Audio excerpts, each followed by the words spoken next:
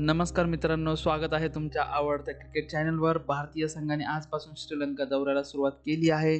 कोलंबोच्या नॉनदे script cricket club मैदानावर श्रीलंका 11 विरुद्ध 3 दिवसांचा हा सराव सामना भारतीय संघासाठी अत्यंत महत्त्वाचा आहे, कारण उपखंडातील परिस्थितीशी जुळवून घेण्याची ही त्यांची शेवटची संधी असणार आहे. आगामी 2 कसोटी सामन्यांच्या मालिकेपूर्वी हा भारताचा एकमेव सराव सामना असणार आहे. टीम इंडियाचे कॅप्टन शुभमन गिल यांना आपल्या संघाला खेळाडूंचे संयोजन तपासण्याची, मॅच प्रॅक्टिस मिळवण्याची आणि श्रीलंकेतील परिस्थितीशी जुळवून घेण्याची ही मोठी संधी आहे.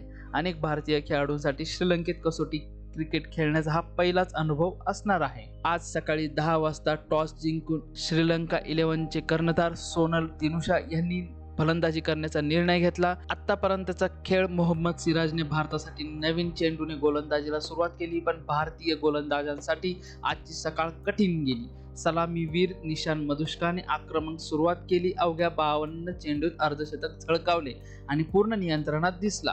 पहिली विकेट कशी गेली? 19व्या षटक ओलांडल्यानंतर आणि लंच पूर्वी निशान मधुष्का अखेर बाद झाला, पण गोलंदाजाच्या चेंडूवर नाही तर धावचीत मानव सुतार आणि के.एल. राहुल यांच्या उत्कृष्ट फिल्डिंगमुळे मधुष्का रनआउट झाला. तोपर्यंत त्याने 65 चेंडू 66 धावा केलेल्या होत्या. 1-6 असा समावेश होता. स्ट्राईक रेट तब्बल 101.54 होता. पर्यंत श्रीलंका 11ने 1 आउट 138 रन्स आणि मधुष्का रविंदू रसंता यांनी भारतीय गोलंदाजांवर पूर्ण दडपण ठेवलं होतं.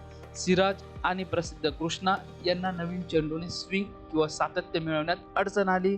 सध्याची स्थिती 29 ओव्हर नंतरून श्रीलंका 11 138 वर 1. रविंदू रसंथा 50 धावा 82 चेंडू 5-4 1-6 खेळत आहे.